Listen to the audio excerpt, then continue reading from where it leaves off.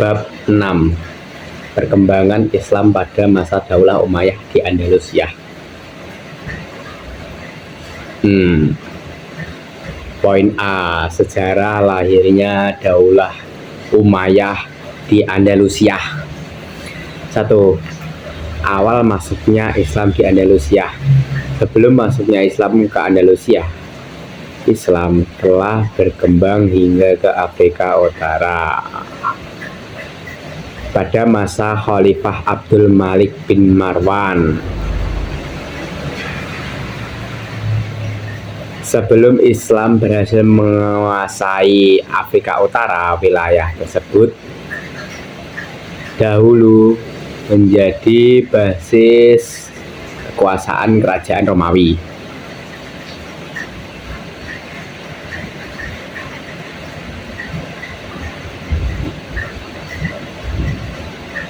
Yaitu kerajaan Gotik. Namun setelah berhasil sepenuhnya menguasai Afrika Utara dan menyatakan kesetiaannya dari sepenuhnya terhadap pemerintahan Musa bin Nusair, Islam mulai memusatkan perhatiannya untuk menguasai Andalusia. Dengan demikian, menguasai Afrika untuk merupakan batu loncatan bagi kaum muslimin dalam upaya mewujudkan misinya yang besar, menguasai dan menyebarkan Islam di Andalusia dan Eropa. Masuknya Islam ke Andalusia terjadi pada masa pemerintahan Khalifah Walid bin Abdul Malik, yang merupakan khalifah ke-6 Daulah Umayyah di Damaskus, penguasa terhadap Andalusia. Tentu tidak mudah menguasai tersebut.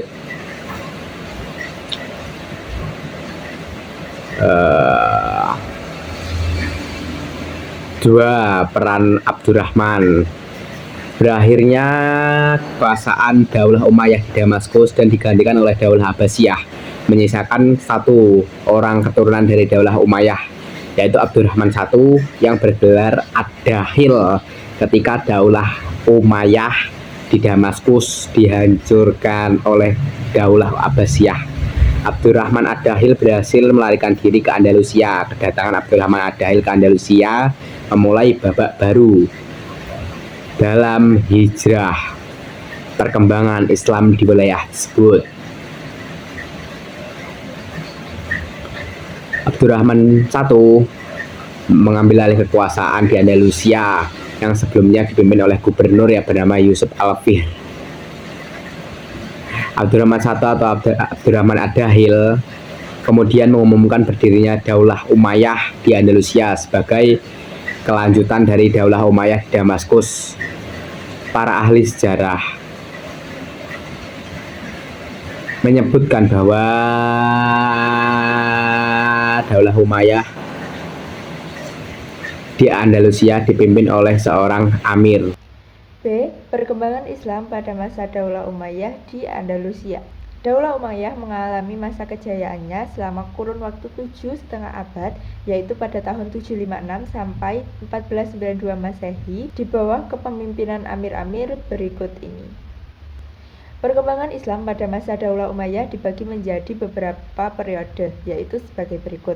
Yang pertama, periode pertama, yaitu pada tahun 711 sampai 755 Masehi. Pada periode ini, Andalusia di bawah kepemimpinan gubernur yang diangkat oleh Khalifah Daulah Umayyah yang berpusat di kota Damaskus. Kondisi politik di Andalusia bisa dikatakan tidak stabil karena adanya gangguan dari dalam dan dari luar. Gangguan dari dalam terdapat perbedaan pandangan dari Khalifah yang berpusat di Damaskus dengan gubernur Afrika Utara yang berpusat di Hairawan. Masing-masing mengaku paling berhak untuk menguasai Andalusia. Gangguan dari luar, yaitu datang dari sisa-sisa musuh Islam di Andalusia yang tidak pernah tunduk pada pemerintahan Islam. Periode ini berakhir pada tahun 755 Masehi pada saat datangnya Abdurrahman I ke Andalusia. Lalu selanjutnya periode kedua pada tahun 755 sampai 912 Masehi. Pemimpin Daulah Umayyah pada periode ini yaitu Abdurrahman Ad-Dakhil Hashim I, Hakam I, Abdurrahman al-Ausad, Muhammad bin Abdurrahman, Munzir bin Muhammad, dan Abdullah bin Muhammad. Pada periode ini, Daulah Umayyah mengalami kemajuan dalam berbagai bidang. Contohnya, berdirinya Masjid Cordoba dan sekolah di kota-kota besar di Andalusia. Selanjutnya adalah periode ketiga pada tahun 912 Masehi sampai 1013 Masehi. Berlangsung dari pemerintahan Abdurrahman III yang diberi gelar An-Nasir. Pada pemerintahan ini, Islam dipimpin oleh seorang yang bergelar khalifah.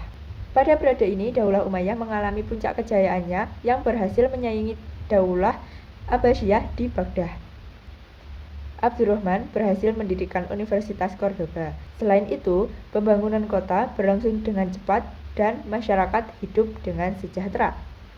Pada periode keempat, tahun 1013 sampai 1086 Masehi, kekuasaan Islam di Andalusia terpecah menjadi lebih dari 30 kerajaan yang dikenal sebagai Al-Muluk atau Tawaif, dengan pusat pemerintahan di kota-kota seperti Sevilla, Cordoba, dan Toledo. Perpecahan ini melemahkan Daulah Umayyah di Andalusia. Memasuki periode kelima, tahun 1086 sampai 1248 Masehi, muncul kekuatan baru yaitu Daulah Murabitun pada tahun 1086 sampai 1143 Masehi yang berasal dari Afrika Utara dan dipimpin oleh Yusuf bin Taswin. Daulah ini membantu umat Islam di Andalusia melawan serangan kerajaan Kristen. Lalu pada periode ke-6 tahun 1248 sampai 1492 Masehi, kekuasaan Islam tersisa di wilayah Granada di bawah pemerintahan Bani Ahmar. Pada tahun 1235 sampai 1492 Masehi, meski terjadi kemajuan peradaban, kekuasaan politik semakin melemah hingga akhirnya kekuasaan Daulah Umayyah di Andalusia berakhir pada tahun 1492 Masehi. C. Perkembangan peradaban ilmu dan pengetahuan pada masa Daulah Umayyah di Andalusia. Daulah Umayyah berkuasa di Andalusia kurang lebih selama 7,5 abad. Selama berkuasa, Daulah Umayyah banyak meraih prestasi dan kemajuan dalam berbagai bidang. Puncak kemajuan Daulah Umayyah terjadi pada periode ketiga yang dipimpin oleh Abdurrahman III. Berikut ialah kemajuan Daulah Umayyah dalam berbagai bidang. 1. Kemajuan ilmu pengetahuan dan sains. Andalusia mempunyai masyarakat dari berbagai komunitas. Dari situlah muncul pemikiran-pemikiran cerdas yang memberikan sumbangsih terhadap kemajuan ilmu pengetahuan dan sains. Antara lain A. Filsafat. Filsafat mulai berkembang di Andalusia pada masa Hakam II, tepatnya pada tahun 961 sampai 976 Masehi. Tokoh pertama pengembang filsafat di Andalusia ialah Abu Bakar Muhammad bin Yahya atau yang dikenal dengan Ibnu Bajjah. B. Sains. Dalam bidang sains, Daulah Umayyah di Andalusia banyak melahirkan ilmuwan-ilmuwan muslim, baik dari bidang kedokteran, fisika, astronomi, matematika, maupun sejarah. C. Fikih. Islam di Andalusia terkenal dengan penganut madhab Maliki. Madhab ini dikenalkan oleh Zaid bin Abdurrahman. Do. Bahasa dan sastra. Masyarakat Andalusia memiliki minat yang tinggi dalam belajar bahasa dan sastra. Hal ini mendorong muncul para tokoh-tokoh ahli bahasa dan sastra. Tokoh yang paling terkenal ialah Ibnu Malik, pengarang kitab Alfiyah yang sangat fenomena di kalangan pondok pesantren. 2. Kemajuan di bidang pembangunan dan peradaban. Selain kemajuan ilmu pengetahuan, peradaban Islam di Andalusia juga mengalami kemajuan di bidang pembangunan. Pembangunan fisik yang paling menonjol pada masa Daulah Umayyah di Andalusia adalah pembangunan gedung-gedung. seperti pembangunan kota, istana, masjid, pemukiman, dan taman. A. Cordoba. Cordoba adalah ibu kota Andalusia sebelum Islam, yang kemudian diambil oleh Daulah Umayyah pada masa Khalifah Abdurrahman Ad-Dakhil. Cordoba mencapai puncak kejayaannya pada masa Abdurrahman An-Nasir. Saat itu, Abdurrahman Ad-Dakhil membangun dan memperindah kota ini, di antaranya dengan membangun jembatan di atas sungai yang mengalir di tengah kota. Taman-taman dibangun untuk menghiasi kota, dan pohon-pohon serta bunga-bunga diimpor dari timur. Di sekitar ibu kota berdiri istana-istana megah yang semakin memperindah pemandangan. Setiap istana dan taman diberi nama sendiri-sendiri, dan di puncaknya terpancang istana Damaskus. Di antara kebanggaan kota Cordoba lainnya adalah terdapat Masjid Cordoba. Selain itu, terdapat Al-Qasr Al-Kabir, yang di dalamnya terdapat gedung-gedung istana yang megah. Selanjutnya, Rushafak merupakan istana yang dikelilingi oleh taman yang berada di sebelah barat Laut Cordoba. Alhambra adalah istana yang permai dan megah, yang merupakan puncak kejayaan arsitektur Islam di Andalusia. Istana itu dikelilingi taman-taman yang indah. Selain itu, terdapat bangunan indah lainnya, seperti Istana Al-Ghaza dan Menara Giralda, yaitu kemunduran Daulah Umayyah di Andalusia. Masyarakat Andalusia masih menganggap kehadiran Islam di negara mereka merupakan ancaman dan dianggap penjajah, sehingga kondisi itu membentuk nasionalisme yang kuat dalam diri mereka.